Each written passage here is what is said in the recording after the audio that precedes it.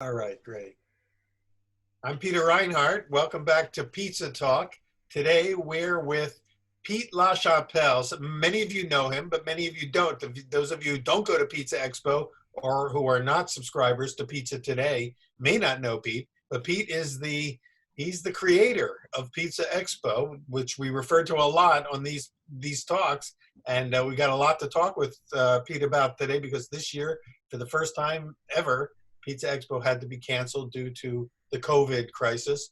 And so we want to hear about what it's been like for you to kind of regroup and deal with that pressure, enormous pressure for the 10 to 12,000 people who come, and we're counting on it and look forward to it every year. I know I do.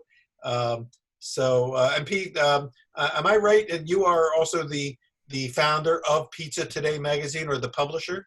Well, let me set the record straight. No, I started here in December of 1998, and I had been asked to come here. A fellow's name was Jerry Donnell, and Jerry Donnell gave me a phone call once a year for 6 years in a row, saying, "Hey, I know you're publishing a bakery magazine up in Chicago, and I'd really like you to come down here to Louisville, Kentucky, to help me with my pizzeria magazine." Uh, And I was flattered, 6 years in a row, one phone call, and I'd say, Jerry, thanks very much, but Louisville, Kentucky isn't exactly the publishing capital of the world. I've got to stay in New York, Chicago, LA, maybe Atlanta. But thank you. And then one year, let's see, it was September of '98. And I had my annual phone call with Jerry Donnell. And I said, "Hey, look," I said, "the next time you get to Chicago, please call me. I would love to buy you lunch. We've done this once a year for 6 years in a row, and it would be fun to put a name with a face, or you a mean face with a 6 name." years he's pitching you to move down to Louisville? What's that? Yeah, he wanted, and that's Wow. so. What I did was, well, the very next day, and I said, the next time I get there, the very next, I'll call you. Well, the next day, airline ticket showed up, and I decided to fly from Chicago down to Louisville and dance. And it's been a spectacular job. It was. I did not start the magazine. I had a long career in publishing, in the food business. I had been in the bakery business prior to this, and the trade show business. While I had gone to many of them, I probably had made a pretty good living pitching against trade shows. But this was really interesting, and it was, the pizzeria industry was so similar to the bakery industry that I was very comfortable. It was, I felt like I was dealing with the exact same people and then some.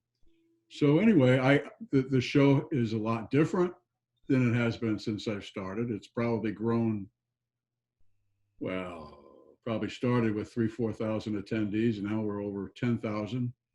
We probably started with a couple of football fields worth of show floor, and now we're closer to 9 or 10. It's We huge. started the Artisan Bakery Expo. It's like a city within a city. Oh, it's a spectacular show. I describe it as the combination between well, yes, it's a business trade show, but it's every bit as much a festival, a family reunion. There was more hugging, kissing, backslapping, and which really made the cancellation of this year really difficult. Yeah. When the word of the virus started, you started hearing about it more often towards about the middle of February, beginning of February. And we knew then, oh boy, this is going to be interesting. We're going to have to scramble. And so while we were playing the party line of the show must go on, Right. We were scrambling, trying to find another date for a postponement. And so and of course I don't own the show, so I am pulling the party line, and we are going to have this show. And I've known most of the, I know many of the attendees. I know many of the exhibitors for 20 years. and they know me. And so they're calling me and saying, Pete, what are you thinking? Pete, this is serious. Yeah. Well, and I knew it was.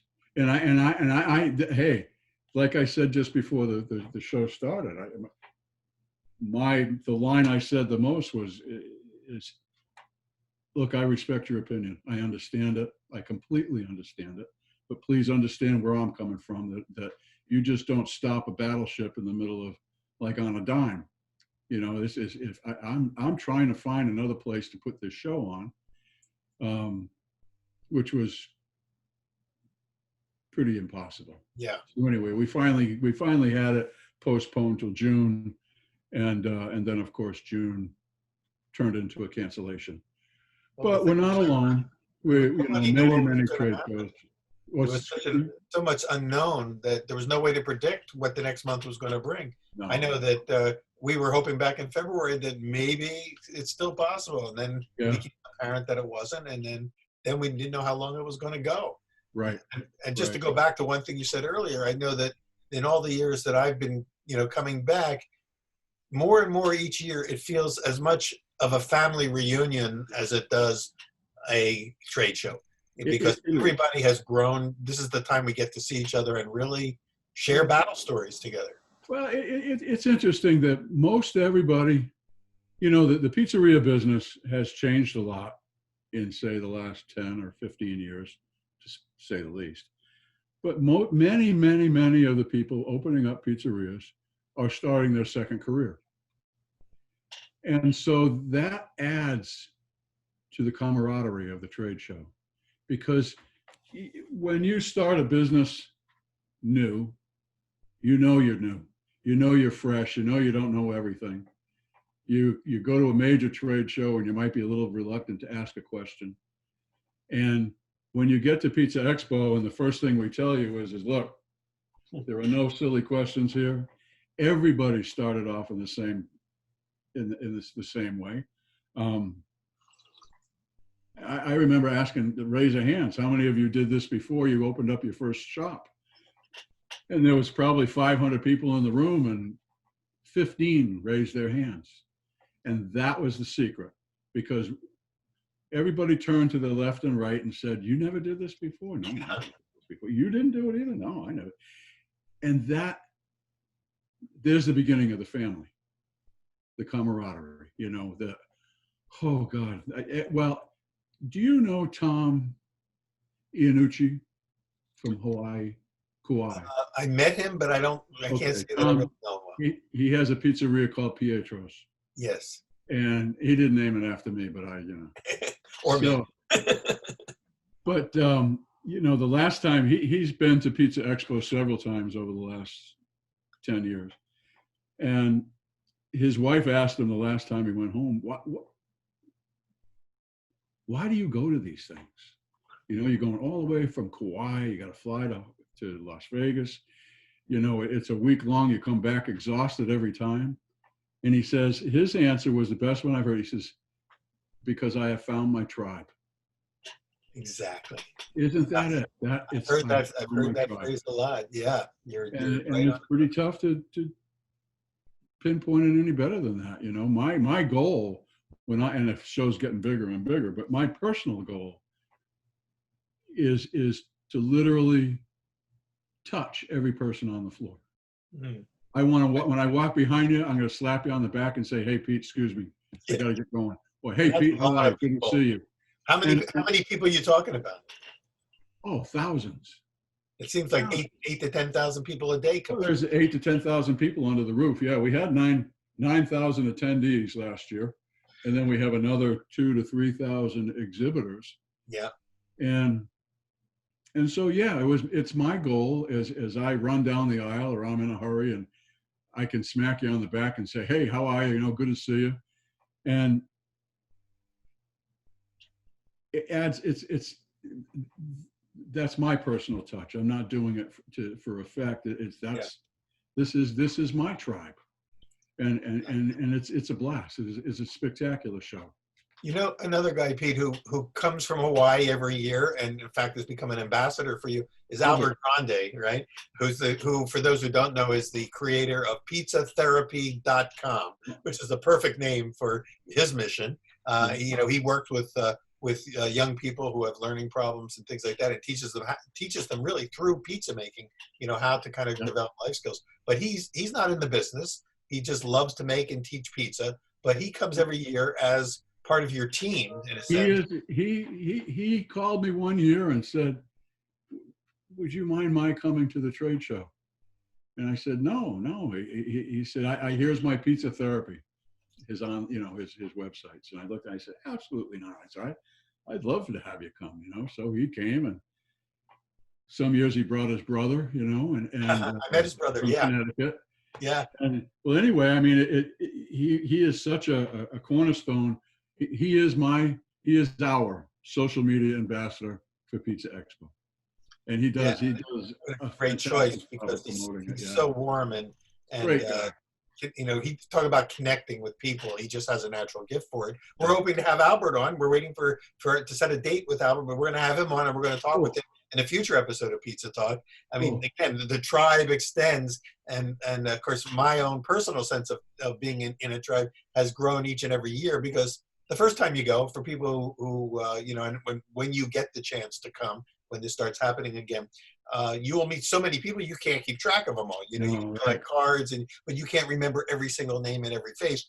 But the more you go, it just keeps exponentially growing, and suddenly you've got this network that is Isn't that vast. amazing? Because Yeah, I have never seen another trade show like it, where when you go, I mean, you walk another trade show and people are in their own space. They walk down the aisle, they're looking at things. they're looking to make Pizza deals. Expo, everybody's talking to everybody. Yeah, It, yeah. it, it is it is one giant resource, and I can't tell you how many people have come up and said, "Oh God, if it wasn't for this place, Well,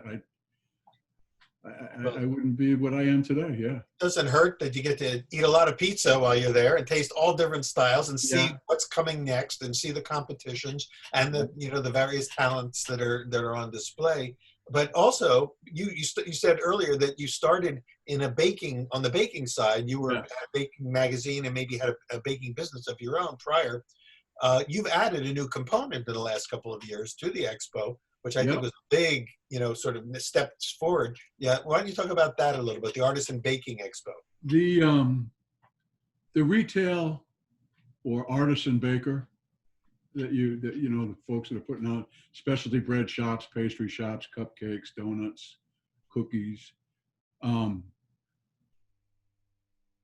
they they are very, very similar to the folks opening up pizzerias today. They're typically on their second career. There are more schooled bakers coming out of Johnson and Wales or the CIA or somebody like that, as compared to the pizzerias. But many of them are folks that are starting their second career and they decided to jump into it. And once they get there, they realize that there is no annual trade show to go to. And YouTube will only take you so far, and production techniques and that. And so as I watched Pizza Expo grow, and I kept my eye on the baking industry because that was my first. I really, really enjoyed that industry. And so I kept my eye on it. And I remember when the Retail Bakers of America, they dropped their show. And that was an annual show. And they gave the keys more or less to the International Baking Industry Exposition, the American Bakers Association and BEMA. They Yeah, have a show, but it's only once every 3 years. yeah, exactly. So if you are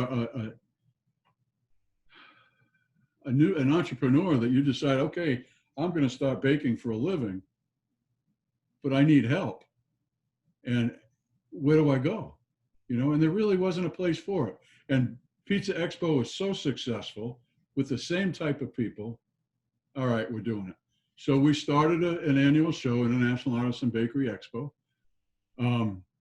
We've had one show, let's see, 2009, 2000. What year is this, Pete? I think We're in I think we 2020. started in So 18. our first one was 219. We were Oh, going to have the second one this year. oh, it feels like it's been going on forever, but it Doesn't it? I know. was I such know. a great fit. Well, we And sold it right up until the time we left, until the time we canceled it. So to us, it really did feel like we've already put in the work. When we get to the trade show, that's the best part, because our whole year's worth of work is coming to fruition, and we get to yeah, see everybody, yeah. But yeah, there was a real need. There is a real need for that show.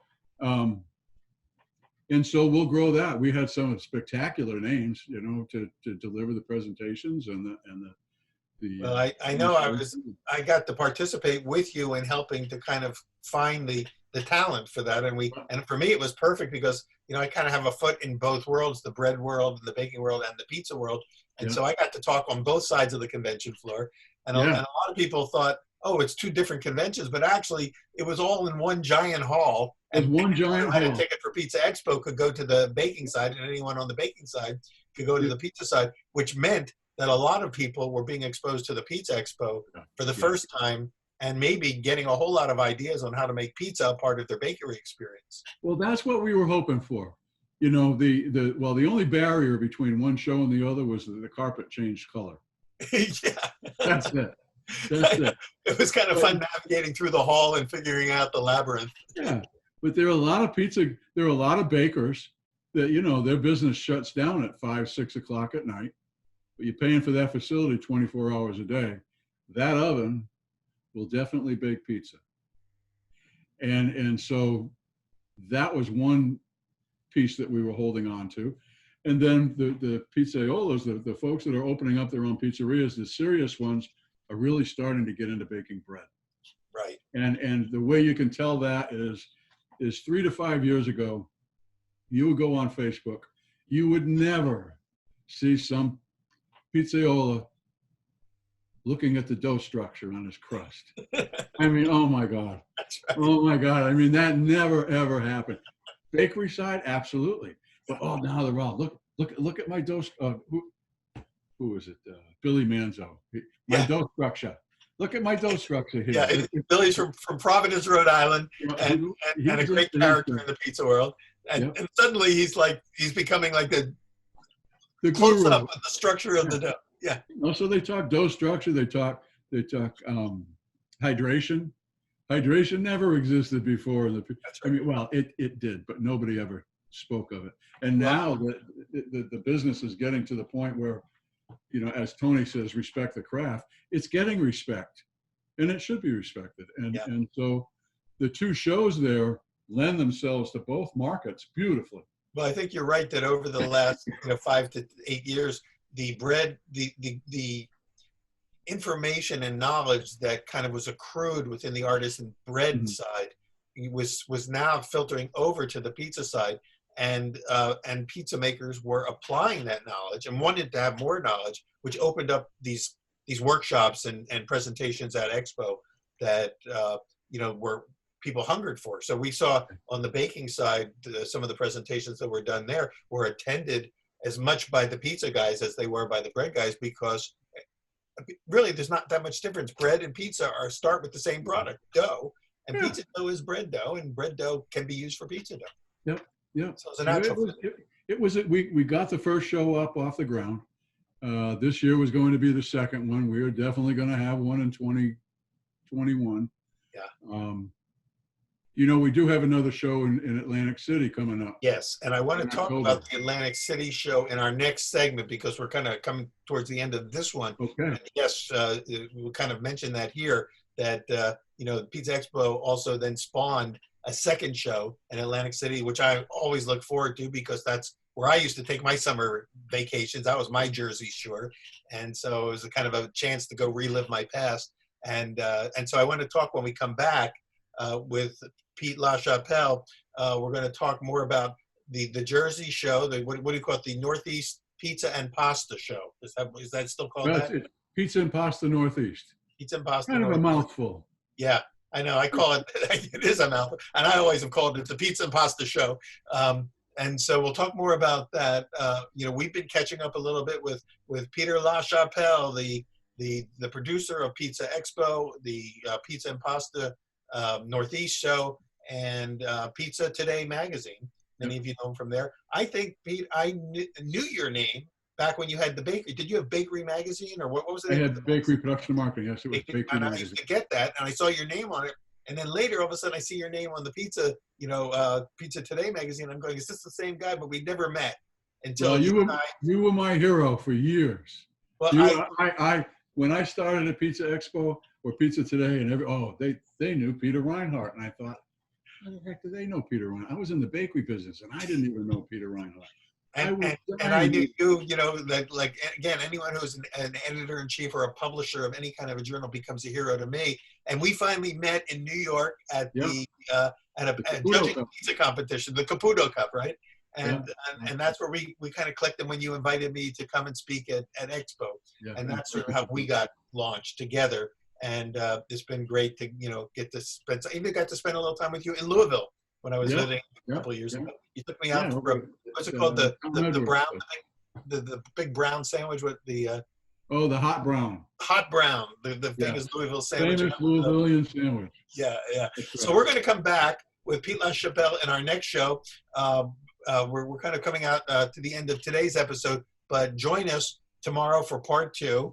I'm Peter Reinhardt. This is Pizza Talk presented by Pizza Quest. We're with Peter Lachapelle.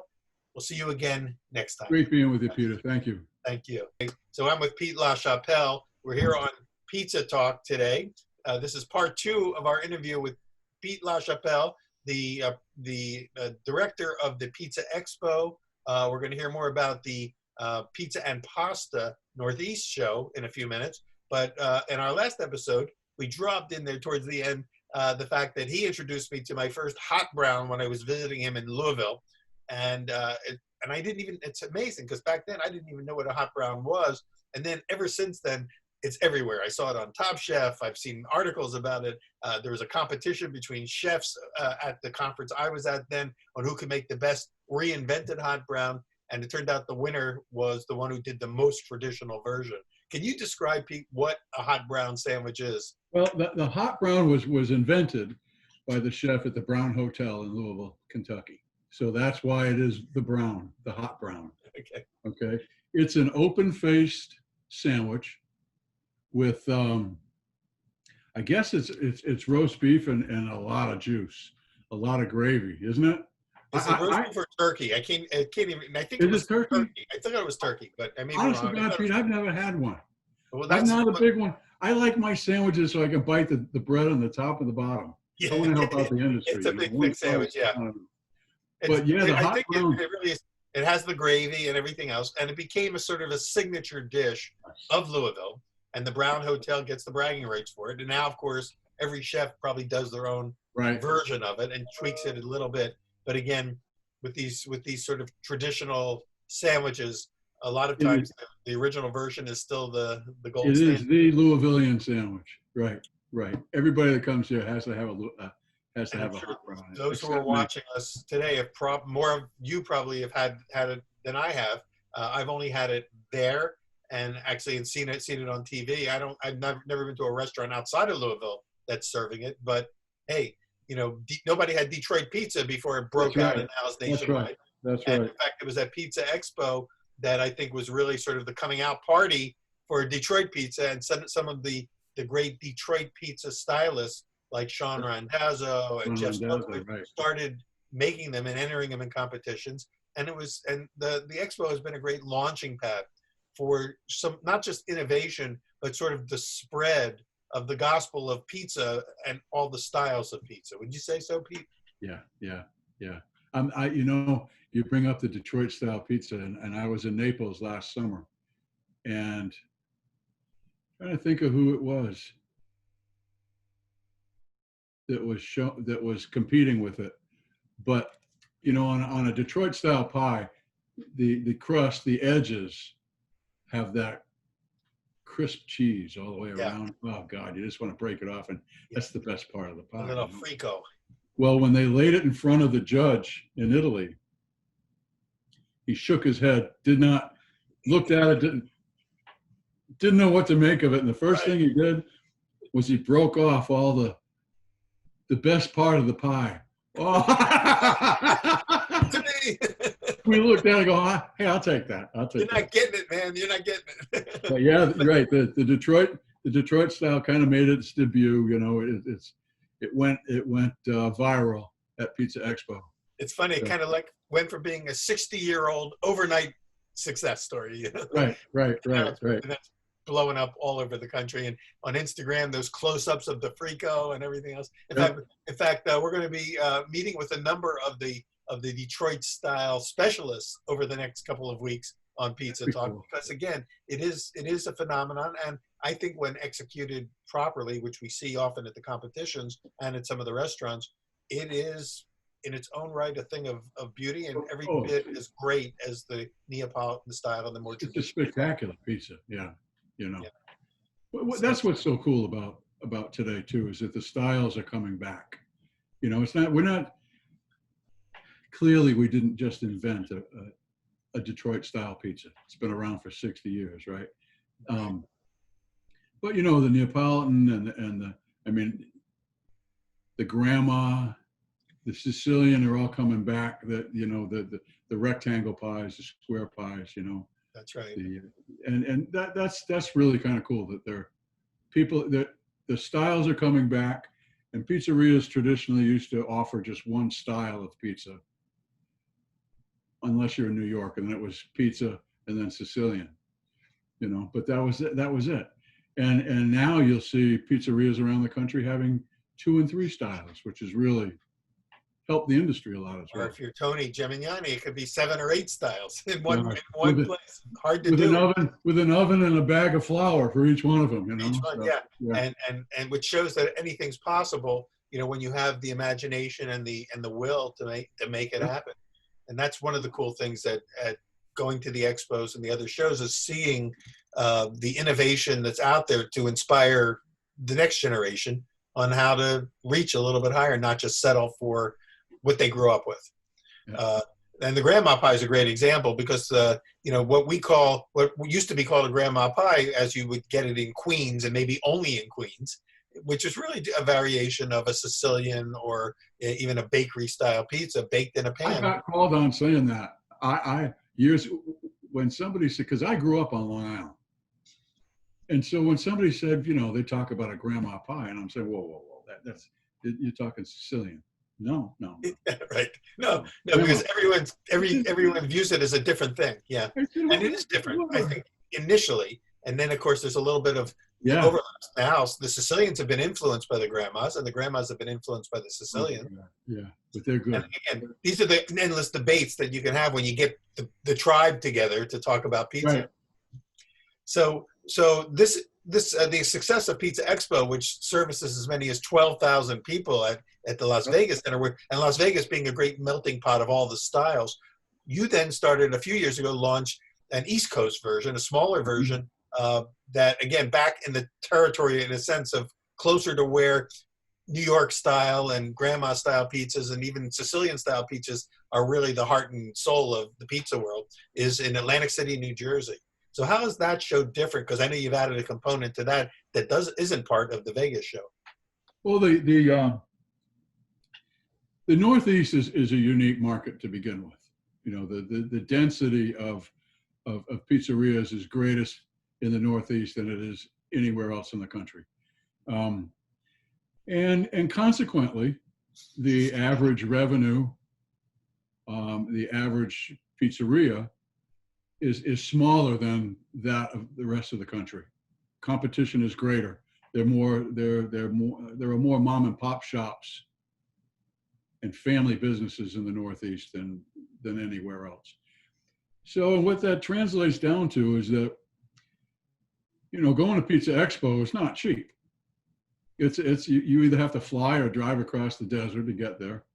Once you get there, you got to put yourself up for 3, 4, 5 days to take advantage of the whole show. And we knew that we were probably getting about half the potential out of the Northeast that we were getting from the rest of the country. And so we decided, you know what, the suppliers needed exposure in the Northeast. And the Northeastern pizzerias never really got a chance to go to Pizza Expo. And when we surveyed them and said, would you like to go to your own show? It was an overwhelming, oh yeah, definitely. So we started Atlantic City. And so the market that goes there is probably, I mean, we get them all throughout New England, but Massachusetts down to Virginia, Yeah. and then of course we get the Europeans that come over. And then of course we have the Caputo Cup as well at the Atlantic City show. Because they And, moved it from Harlem, where you and I first met, right. That was and now you hosted at the Pizza and Pasta Show. Right. Back then it was in January, and now Anselmo Caputo, he agreed to stall it and delay it until October and make it the cornerstone of that show. And that really was really made it successful. I mean, this industry, the best of the best, they really enjoy competing. Yeah. And while they compete, they're helping one another at the same time. Yes. But they really enjoy the competition. They enjoy what little they win, because let's face it, there's 100 guys, only a few are going to win. But they take that experience home. They take the fact that they competed against the world's best.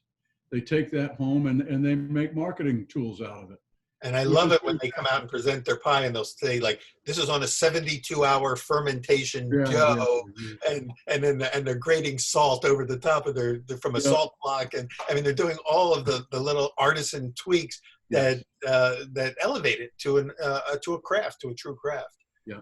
And I think very few consumers get to see that, when they just go to their neighborhood pizzeria.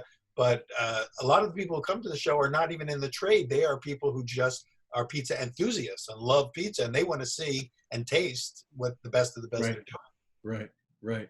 But also, you added the pasta component in Jersey. That's not part of Vegas. So let's talk a little bit about the pasta. We decided that we wanted to get the Italian restaurateurs into that show as well. How could we make that show a little bit different from the one in Las Vegas? In Las Vegas is pure pizza.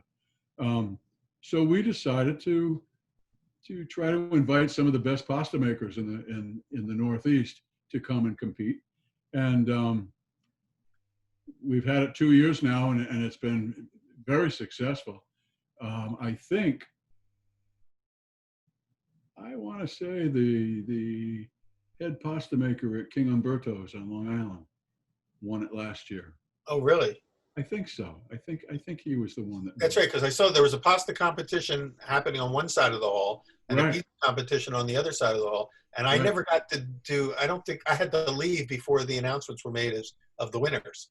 But there were some great dishes being made, and also demos on both the pasta and pizza stages, showing people how to make creations that they made. I think John Gudikant's put on a demonstration last year on all his different styles of pasta and ravioli, and he's another really creative guy. Well, John is coming on Pizza Talk soon. We're going to be interviewing him any day now, and we'll be posting his interview soon. John is based in Ohio and is extremely talented. I always thought of him as a pizza guy, but I didn't realize until I saw him in Atlantic City that he's also a pasta genius. So and a bread genius as well. He is. I've been watching his even today he posted a loaf on Instagram. So the guy he's got talent, obviously, and we want to dig into that. And he's also like one of your hosts during the competition. He's one of my regular. And everything else. He is a contributor to Pizza Today magazine every single month. That's right. I refer to him as the mad scientist of pizza. I mean, he uses more ingredients.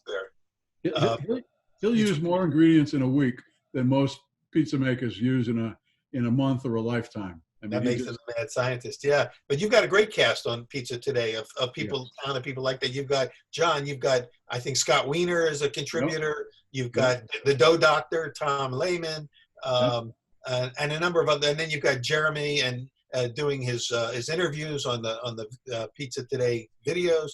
We have a heck of a crew. Pizza Today has a heck of a crew. We how many people do you reach with that? How big is the outreach on that magazine?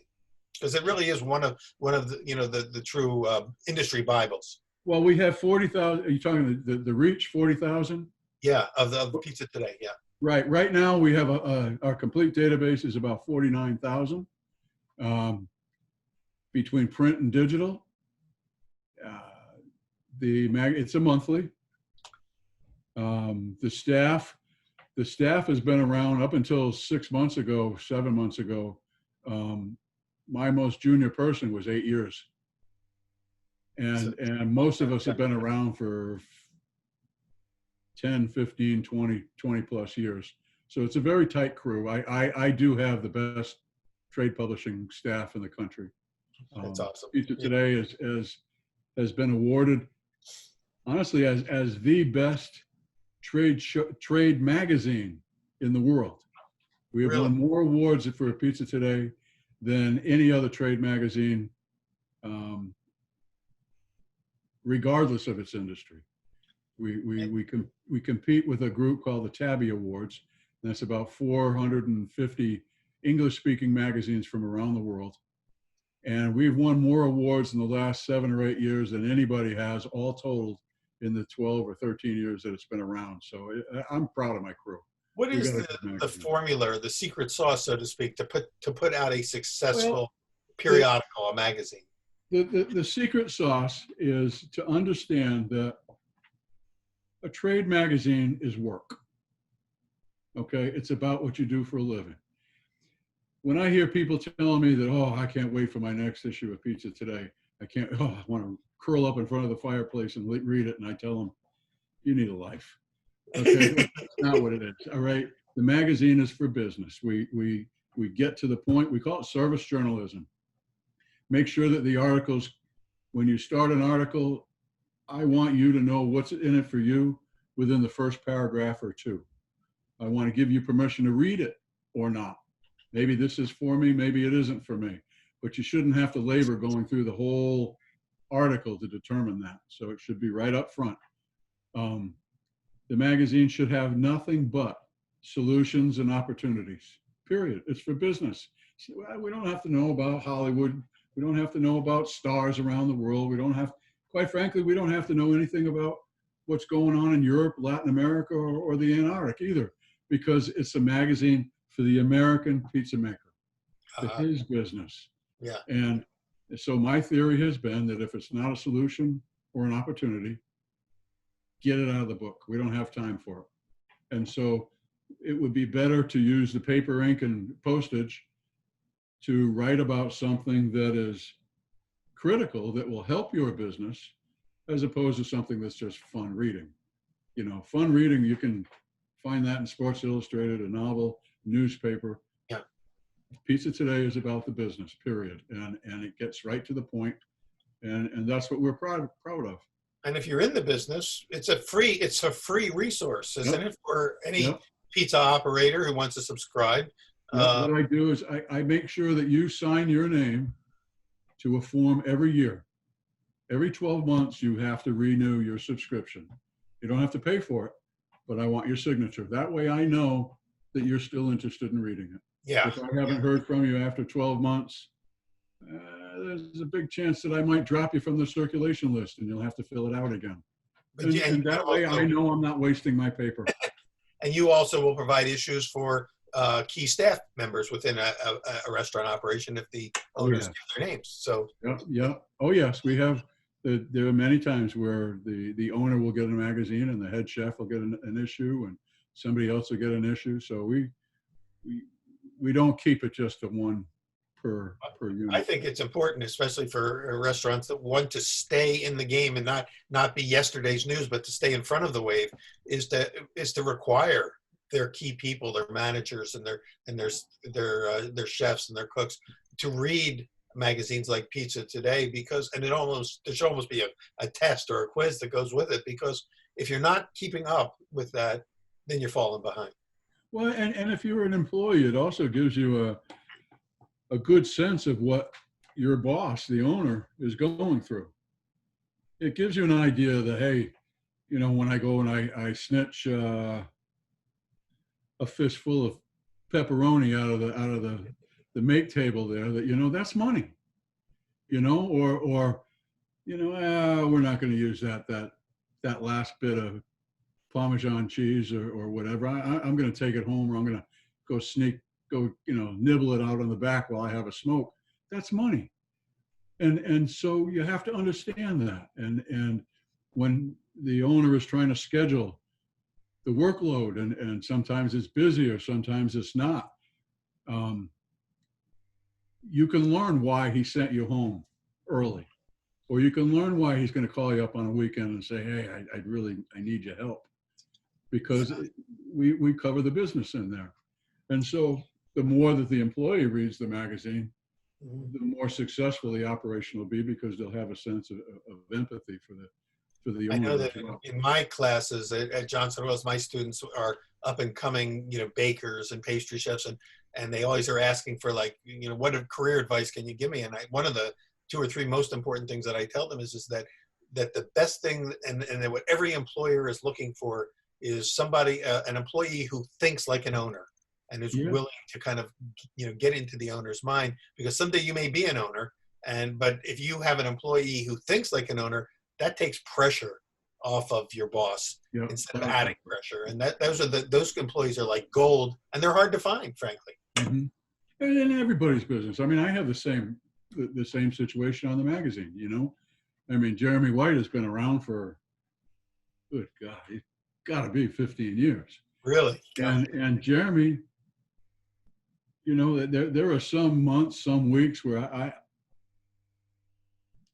like cat on a hot tin roof. I'm drowning, and Jeremy gets that. He doesn't work on the financials all the time, but Pete, I'll take it. And off he goes. And oh God, that takes a Yeah, you love real it. You load love off it you. when you have somebody working for you, and that's why Right. you've got such long-term staff, is that they've Yeah. embraced Yeah. that idea. Well, Pete. Before we run out of time, I do want to talk about one more thing with you. In light of everything we've been through with this sort of COVID era and the challenges ahead, I know we've got the Atlantic City show is scheduled now for October. We hope that it's going to happen, but I think it will. everything's Yep. so up in the air. We understand all that, but from everything you've garnered from being in this industry for a while, where do you see the world of pizza going? And we can extend that even to the world of artisanship, because you've included that artisan baking component to the expo. Where do you see it all going over the next few years? Do you see any major trends that our viewers would want to know about? Well, I think that the current virus will, without question, have an effect on the industry. That dining rooms got shut down, and those, let's just break it down. Maybe there's a third of the industry, the pizzeria business, are dine-in exclusively. They had the toughest time, because they couldn't open up their dining rooms, so they had to do curbside delivery. They had to learn about delivery. Um, the other folks that were primarily delivery and takeout, depending on where their business was, if it was downtown, where their business was catering lunchtime, or folks coming out of the buildings and coming into lunch, they're probably not doing so hot until the country opens up again, so they'll have to think about that. But those that were in neighborhoods that could maintain delivery and takeout, a good number of them have been doing, I hate to say very well, but I think they're doing okay. I have one fellow, Tony Lippold, up in just outside of Milwaukee, that's having the best year he's ever had. And so it's the way you set up your store, your shop, from the get-go. And so I think in the future, I think this crisis is going to have an effect on how you design your restaurant. What happens if all heck breaks loose again? Do I want to have a big dining room that I'm going to have to pay rent for 12 months a year, 24 hours a day, or should I just go with a delivery and takeout operation? So I think the business that way will change. As in terms of quality, I think that pizza will continue. I mean, if you take a photograph of a beautiful pizza today and compare it to a beautiful pizza 6-7 years ago, they're two different products. And I think that that pizzas will continue that trend of getting better and better and better and becoming. Um, it already has the respect of the culinary world, and I think it will continue to do so. It's grown up, you know what I mean, and serious chefs are taking note of it and figuring out what can we do with a pizza. So I think the future is very bright for it.